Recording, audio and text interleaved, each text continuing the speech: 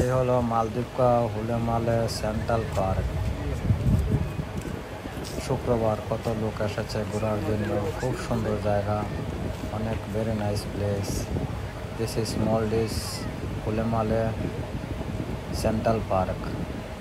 There is many people come in the Friday.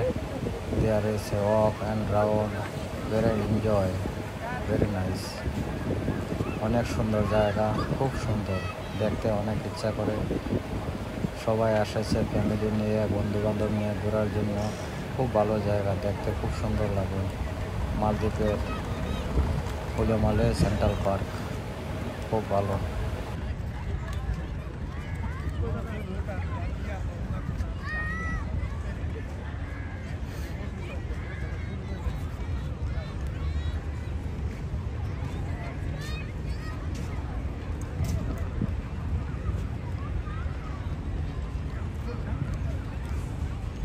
আপনাদের কী কী video পছন্দ আমাকে লাইক কমেন্ট শেয়ার করে জানাবেন। আমি চেষ্টা করব আপনাদেরকে এই ধরনের ভিডিও দেওয়ার জন্য। অনেক ধন্যবাদ।